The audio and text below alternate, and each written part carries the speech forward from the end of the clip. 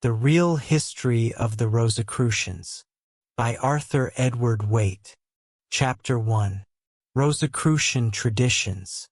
The traditions of Neoplatonic philosophy, accompanied by its intricate theurgical system, persisted to a demonstrable degree throughout the entirety of the Middle Ages.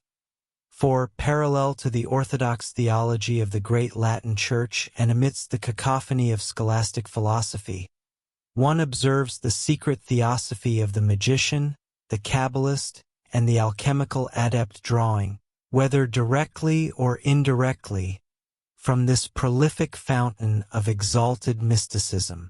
Traces of its influence are discernible in Augustine, in Albertus Magnus, in St. Thomas, the Angel of the Schools, and in other luminaries of Western Christendom, while the metaphysical principles of Johannes Scotus Erigena, even as early as the conclusion of the 9th century, constituted a veritable resurgence of this philosophy. He translated the exceptional works of Pseudo-Dionysius concerning the celestial hierarchies, the divine names inter alia, which represented an application of Platonism to Christianity and proved an abundant repository for the mystics. This translation was widely disseminated and accorded the utmost esteem, most notably within Germany, where the Areopagite was invoked as an authority by Eckhart at the commencement of the 14th century. During this epoch, Germany served as a bastion of mysticism, which, according to Uberweg, was initially cultivated principally in sermons by monks of the Dominican order. Its objective was to advance Christianity through edifying speculation and to render it comprehensible via the transcendent employment of reason. The architect and consummator of this entire development was Master Eckhart, who posited that the creature severed from the absolute, that is, from God, constituted a nullity, that time, space, and the plurality contingent upon them are likewise nothing in themselves, and that the obligation of man as a moral entity is to transcend this creaturely nothingness and, through direct intuition, to establish himself in immediate union with the Absolute. Eckhart was succeeded by Tauler, a preeminent luminary of German mysticism and one profoundly erudite in the mysteries of the spiritual and interior life. A century subsequently, concomitant with the revival of Platonism, there emerged Cardinal Nicholas Cusanus, a man of singular acumen and an adept mathematician, who organized and promulgated the Pythagorean ideas, to which he was greatly predisposed, in a highly original manner through the agency of his mathematical knowledge. This exponent of Eckhart's mysticism furnished Giordano Bruno with the fundamental principles underlying his sublime and poetic conceptions. Bruno revitalized the theory of numbers and provided a detailed explication of the decadal system. Within his philosophy, God is the great unity which is manifested in the cosmos and in humanity, just as unity is unfolded in the indefinite series of numbers. The death of Giordano Bruno in the year 1600 conveys us to a period of palmary importance and interest in the annals of religion, science, and philosophy. The revival of learning had, for some 2 centuries, been illuminating and expanding the intellectual horizon of Europe. The Reformation was gradually dismantling in several nations those constraints which had hindered freedom of inquiry regarding most speculative subjects. That which had been practiced in the seclusion of the study might be displayed almost upon the housetops, and that which had been whispered at the Sabbath of the sorcerers could be canvassed with impunity in the marketplace. The spirit of the age, which had dethroned the crucifix, burnt candles before the busts of Plato and Plotinus. The revolution in theology was succeeded by a general revolt against the established philosophical authorities, the seeds of which insurrection must be sought at the time when Aristotle and his peripatetic successors were enthroned upon the ashes of the scholiasts, who, purporting to follow Aristotle, had distorted and disfigured his doctrines. As the cradle of the Reformation, Germany possessed a greater measure of intellectual latitude than any other nation in Europe, and it became a chaos of conflicting opinions regarding all disputable topics. The ancient demarcations were loosening, the old criteria faltering. The chain of tradition was fracturing at every juncture. A spirit of restless, feverish inquiry was abroad, and daily, new facts were obliterating archaic methods. Copernicus had revolutionized astronomy through his discovery of the true solar system. Galileo had already invented the thermometer and stood upon the threshold of a glorious future. A century previously, Columbus had opened the still illimitable vistas of the Western world. Great intellects were emerging in every land. Amidst 1,000 errors, the independent study of the Bible was pursued with delight and enthusiasm. And in every city, the hearts of an emancipated populace glowed with hope and expectation at the promise of the future. Now, in an age of progress, of skepticism, and of immense intellectual activity, it is singular to observe the almost invariable prevalence of mysticism in one or other of its manifold phases, and the conclusion of the 16th century beheld, spreading over the entirety of Germany and passing thence into Denmark, France, England, and Italy, a potent school of mysticism comprised of a great multitude of magicians, alchemists, and the like, who, directly or indirectly, were followers of the renowned Paracelsus, the sublime drunkard of Hohenheim, the contemporary of Agrippa, yet more magnificent in his aspirations, more immense in his capacities, and, if possible, still more ill-fated than the brilliant pupil of Trithemius, was the intellectual product of the great school of Kabbalism represented by Reuchlin and Picus de Mirandola. He fused his theoretical knowledge of theosophical mysteries with a peerless practical familiarity with every form of magic, serving as much as an innovator in occult science as a reformer in medicine. For all orthodox alchemists, magicians, and practitioners of arcane knowledge, Paracelsus stands as a grand hierophant second only to the traditional Hermes. His brief and turbulent career concluded tragically in the year 1541, yet the works he bequeathed secured him a vast posthumous audience, and the audacity of his speculations was undoubtedly pivotal in the emancipation of the German intellect from the influence of traditional authority. At the close of the 16th century, then, we discover the disciples of Paracelsus seeking, in accordance with the principles of their master and by the light of experimental research, the secret of the transmutation of metals, or of the magnum opus, and applying to chemistry the methodologies of Kabbalism and ancient astrology. They sought the universal medicine, which encompassed the Catholicon or elixir of life, and the panacea. The former ensuring to its possessor the prolongation or perpetuity of existence, the latter restoring vitality and health to debilitated or diseased organisms. They sought the philosophic stone, that great and universal synthesis which bestowed upon the adept a knowledge more sublime than that of transmutation or of the great elixir, but upon which both of these were dependent. This stone, asserts a modern writer who justly interprets the more exalted and spiritual aspect of Hermetic traditions, constitutes the foundation of absolute philosophy. It is the supreme and immutable reason. To attain the philosophic stone is to have discovered the absolute, that is, the true raison d'etre of all existence. Thus, the initiate aspired to that infallible knowledge and wisdom imparted by divine illumination, a quest which is sometimes referred to as the search for the quadrature of the circle, that is, for the extent or area of all sciences, human and divine.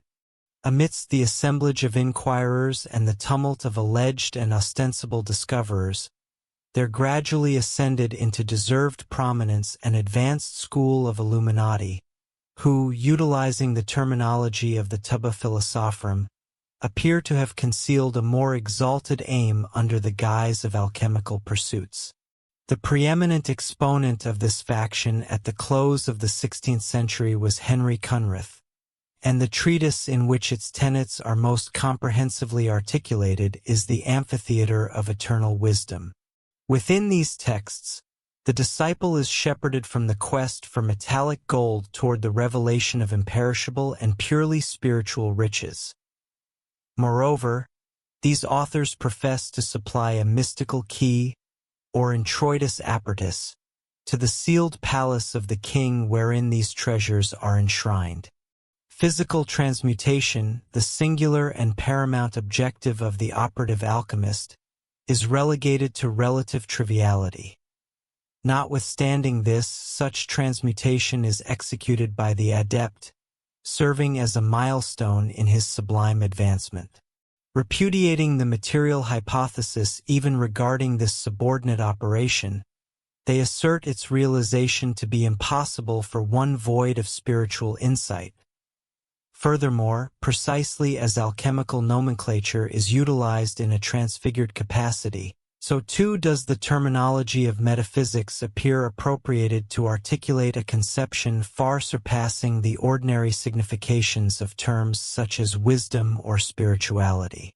The consequence of this peculiar schism within the alchemical domain was the unavoidable intellectual disarray of that vast multitude of inquirers into nature's arcana, who constituted the audience of professional adepts. Annually, tomes and pamphlets were promulgated by the German press, purporting to disclose the secret of the magnum opus in lucid, unequivocal language for the first time.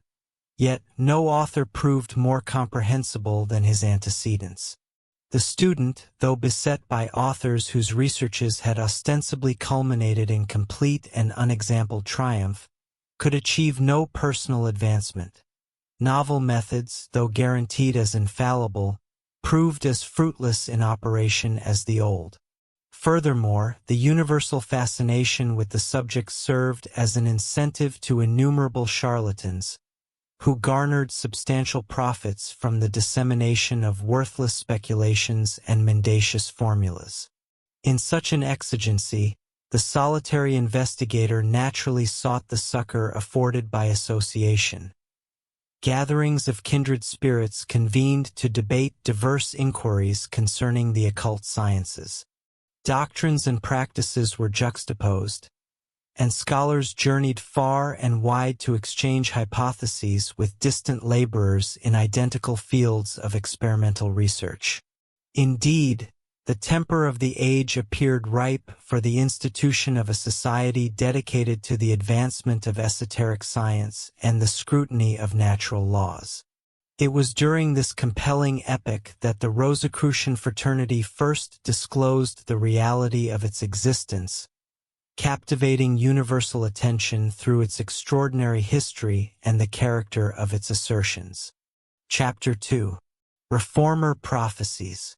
In the 8th chapter of his treatise on metals, Paracelsus articulated the following prognostication. That which is most beneficial for the divine to reveal, yet is of superior magnitude, typically remains concealed until the arrival of Elias the artist, at his coming. Although the divine shall permit a discovery of the utmost significance to be realized, it must remain obscured until the advent of the artist Elias. In the initial chapter of the selfsame work, he asserts the following. This is likewise valid. There exists nothing concealed that cannot be unveiled. Consequently, a great personage, who is currently living, shall succeed me and disclose many mysteries. Furthermore, it is true that nothing remains hidden which shall not be discovered. For this reason, a marvelous being shall succeed me, one who does not yet live, and shall reveal numerous things. These passages have been interpreted as allusions to the founder of the Rosicrucian order. Inasmuch as prophecies of this nature are typically the result of a collective aspiration rather than of individual inspiration, They constitute compelling evidence that, in that era as in the present, many contemplative individuals were anticipating a new savior of society. According to Bull, at the commencement of the 17th century, a vast and universal reformation, one far more radical and directed toward the moral elevation of mankind than that achieved by Luther, was believed to be impending over the human race as a necessary precursor to the Day of Judgment. Paracelsus proclaimed the comet of 1572 to be the sign and harbinger of this approaching revolution, and it is readily conceivable that his innumerable disciples would embrace a secret society, whose extensive claims were grounded in the philosophy of the master they so venerated, as a paramount factor in the imminent Reformation. Paracelsus, however, had chronicled a yet more precise prediction. Specifically, that shortly following the demise of Emperor Rudolf, 3 treasures would be discovered that had never before been revealed.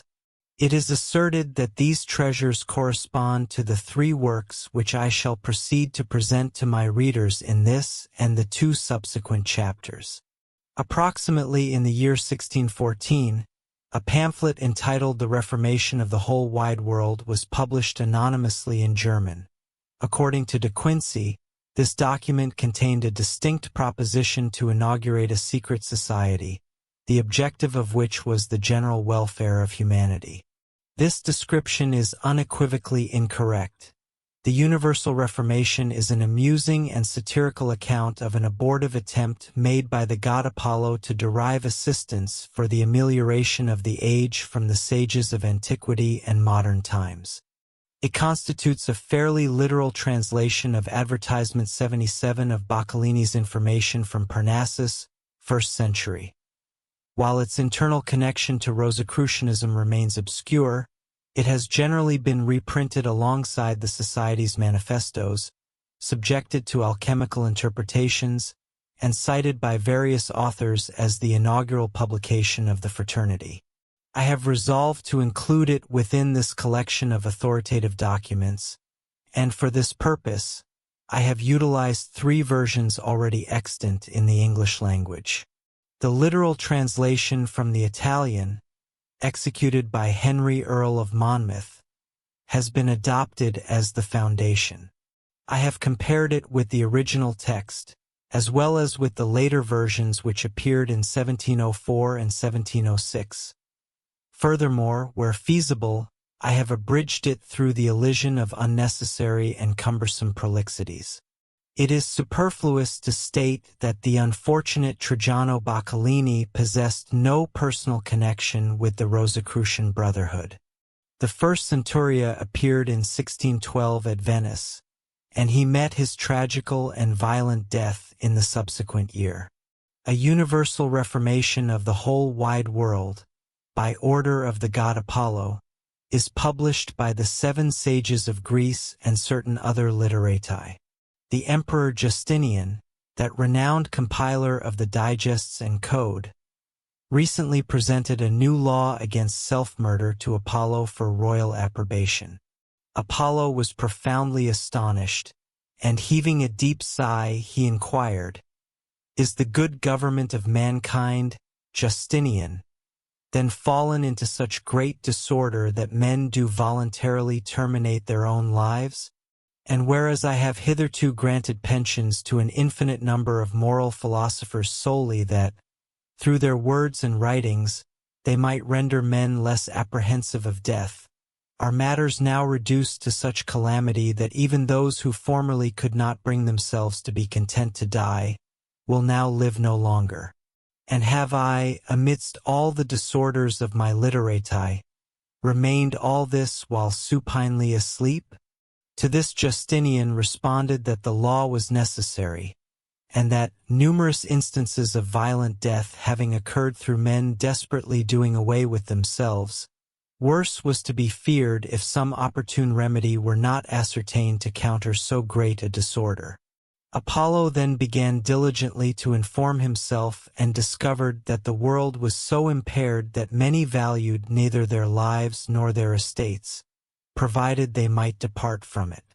These disorders necessitated His Majesty to provide against them with all possible celerity, and he absolutely resolved to institute a society of the men most famous in his dominions for wisdom and virtuous living. However, at the commencement of so weighty a business, he encountered insuperable difficulties. For amongst so many philosophers and the almost infinite number of virtuosi, he could not discover even one who was endowed with half the requisite qualifications to reform his fellow creatures. His Majesty, knowing well that men are better improved by the exemplary lives of their reformers than by the finest rules that can be prescribed. In this penury of fitting personages, Apollo entrusted the charge of the universal reformation to the 7 wise men of Greece, who are of great repute in Parnassus and are conceived by all men to have discovered the receipt for washing blackamoors white, a feat which antiquity labored after in vain. The Grecians rejoiced at this news for the honor which Apollo had bestowed upon their nation, but the Latins were aggrieved, considering themselves thereby much injured. Wherefore Apollo, well knowing that prejudice against reformers hinders the fruit that is to be hoped for by reformation, and being naturally inclined to appease his subjects' embittered minds more by affording them satisfaction than by that legislative power with which men are not pleased, simply because they are bound to obey it, in order that he might satisfy the Romans, joined in commission with the 7 sages of Greece both Marcus and Aeneas Seneca. Furthermore, in favor to the modern Italian philosophers, he appointed Jacopo Mazzoni de Cecina secretary of the congregation, and honored him with a vote in their consultations. On the 14th of the preceding month, the 7 wise men, with the aforesaid addition, accompanied by a train of the choicest virtuosi of this state, proceeded to the Delphic Palace, the location appropriated for the Reformation. The literati were well pleased to observe the great number of pedants who, baskets in hand, went gathering up the sentences and apothegms which fell from those wise men as they progressed. The day following the solemn entrance, they assembled for the first time, and it is said that Thales the Milesian, the first of the Grecian sages, spoke thus: "The business, most wise philosophers, regarding which we have convened, is the greatest that can be treated by human understanding. And though there be nothing more arduous than to set bones that have long been broken, wounds that are fistuled, and incurable cancers, yet difficulties which are able to frighten others ought not to cause us to despair, for the impossibility will augment our glory. And I do assure you that I have already ascertained the true antidote against the poison of these present corruptions. I am fully persuaded that we universally hold the conviction that nothing has more thoroughly corrupted this present age than concealed enmities, simulated affection, impiety, and the perfidy of duplicitous individuals acting under the specious guise of simplicity, religious devotion, and charity. Address yourselves to these malevolences, gentlemen. Employ the cautery and the razor, and apply corrosive plasters to these wounds which I now reveal unto you. Thus mankind, who, by reason of vices that conduct them along the high road to perdition, might be deemed abandoned by physicians, shall strictly be restored to health, becoming sincere and candid in their proceedings, veracious in their speech, and possessed of such sanctity of life as characterized them in former eras. The authentic and immediate remedy, therefore, for these prevailing iniquities consists in necessitating men to live with candor of mind and purity of heart, a state which cannot be more effectively achieved than by forming that small aperture in men's breasts which His Majesty has frequently promised to His most faithful virtuosi. For when those who employ such artifice in their conduct shall be compelled to speak and act while possessing a window whereby one may gaze into their hearts, they will acquire the excellent virtue of existing in truth rather than merely appearing to be so. They will conform their deeds to their words, and their tongues to the sincerity of their hearts. All men will banish fabrications and falsehoods, and the diabolical spirit of hypocrisy will forsake many who are currently possessed by so foul a fiend. The opinion of Thales received such universal approbation from the entire congregation that it was unanimously voted just, and Secretary Mazzoni was commanded to provide Apollo with an immediate account thereof. His Majesty perfectly approved the sentiment and decreed that they should commence that very day to construct windows in the breasts of mankind. However, at the precise instant the surgeons took their instruments in hand, Homer, Virgil, Plato, Aristotle, Averroes, and other eminent literati approached Apollo, stating that His Majesty must needs recognize that the primary means whereby men govern the world with facility is the reputation of those who command, and they expressed the hope that His Majesty would remain solicitous of the credit which the Reverend Philosophical Synod and the Honorable College of Virtuosi had universally obtained for sanctity of life and manners. They argued that if His Majesty were unexpectedly to open every man's breast, the philosophers, who were formerly most highly esteemed, would run the evident hazard of facing ignominy, and that he might, peradventure, discover the foulest transgressions in those whom he had previously held to be immaculate. Therefore, before a business of such magnitude should be undertaken, they entreated that he would afford his virtuosi a competent interval to wash and purify their souls. Apollo was greatly gratified by the counsel of such illustrious poets and philosophers, and, by a public edict, prorogued the day of incision for 8 days, during which time everyone attended so diligently to the cleansing of their souls from all fallacies, concealed vice, hatred, and counterfeit love, that there was no longer any honey of roses, succory, cassia, senna, scammony, nor laxative syrups to be ascertained in any grocer's or apothecary's shop throughout all Parnassus. And the more inquisitive observers noted that in the districts where the Platonists, Peripatetics, and moral philosophers resided, there arose such a stench as if all the latrines of the country had been evacuated, whereas the quarters of the Latin and Italian poets exuded only the aroma of cabbage potage. The time allotted for the general purgation having elapsed, and it being the day prior to the commencement of the operation, Hippocrates, Galen, Cornelius, Celsus, and other of the most skilled physicians of this state presented themselves to Apollo, inquiring, "Is it conceivable, sire, you who are the lord of the liberal sciences, that this microcosmos, which is so nobly and miraculously framed, must be deformed for the advantage of a few ignorant persons?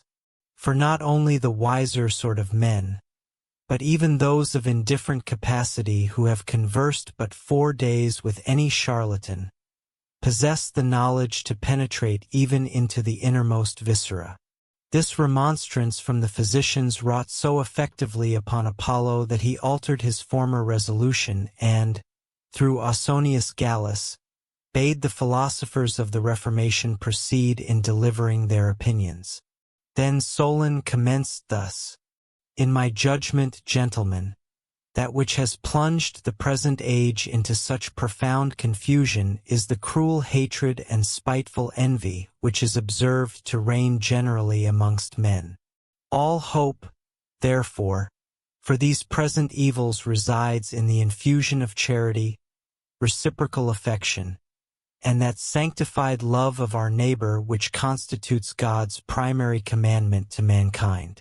We ought, consequently, to employ all our skill in removing the occasions of those hatreds which reign in men's hearts, which, if we are able to effect, men will accord like other animals, who, by instinct, love their own species, and will subsequently banish all hatred and rancor of mind.